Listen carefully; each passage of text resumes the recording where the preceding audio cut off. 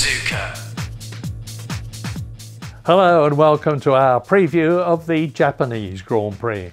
It's held on a unique figure of 8 circuit, the only one in Formula 1 at Suzuka. So we're going to see what that's like, and then we'll find out what the situation is in the Castrol Rankings, and we'll have a look at a driver who's competing in his first home Grand Prix. But first of all, let's find out about all the latest news. Following his win in Singapore, Ferrari's Fernando Alonso will be looking to hunt down his 5th win of the season this weekend in Japan.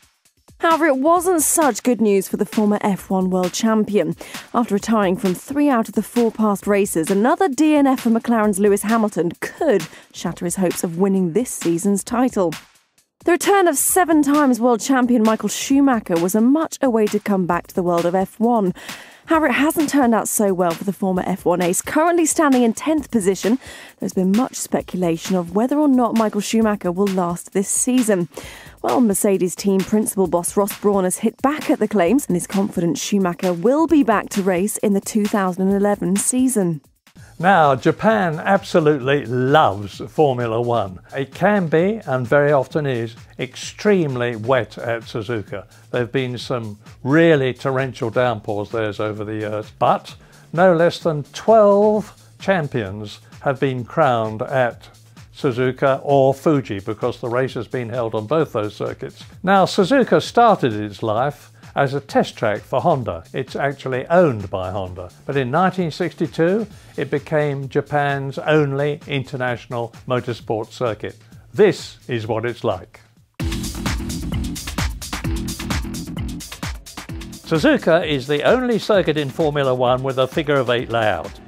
It's 53 laps of the 5.8 kilometre circuit, and here we go. Along the start and finish straight into a very fast turn 1. It's 6th gear at about 260 kilometres an hour. Then round that first curve into turn 2. Power on now, and it's into the S's. That's a truly challenging series of left and right swerves at around 200 k's, which the drivers absolutely love. The bends end at the Dunlop curve, turn 7, a long multi-apex curve before Degner curve, named after the Suzuki Motorcycle Grand Prix rider Ernst Degner.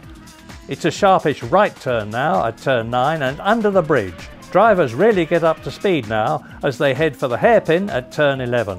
Great overtaking possibilities here as the pace is reduced to just under 65 k's in first gear. Now we're into the second fastest section of the circuit, almost 300 k's, as we bear right round turn 12 and head for Spoon Curve. That's a long, sweeping and taxing left turn, before heading onto the fastest section of the track. Now, this is the longest straight at Suzuka. Speeds well over 300 k's as the track crosses over itself.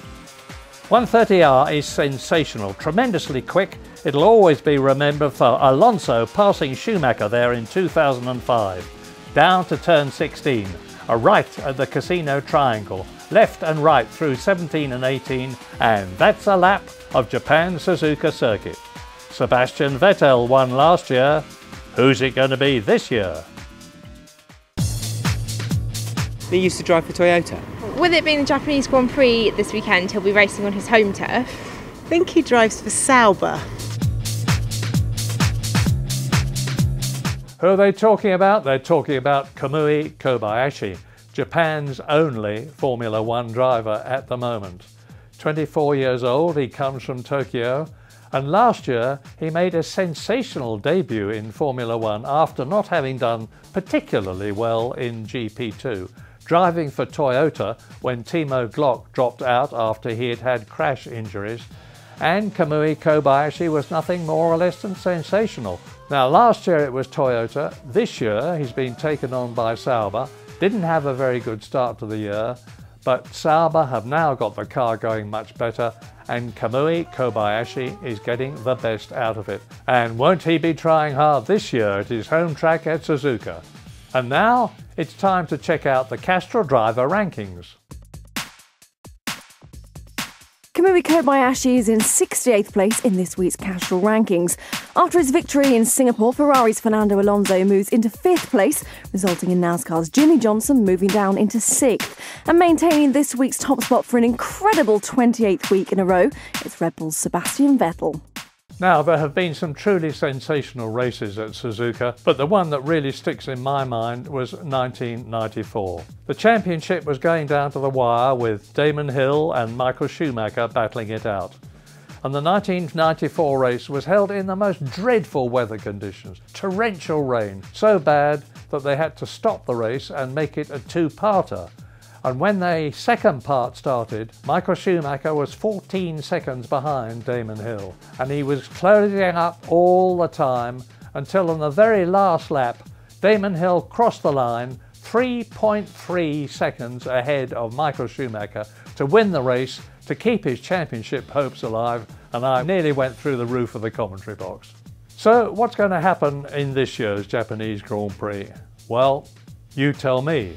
But I'll tell you that the weather could well play a part. But whatever, it's going to be a race that's going to be well worth watching.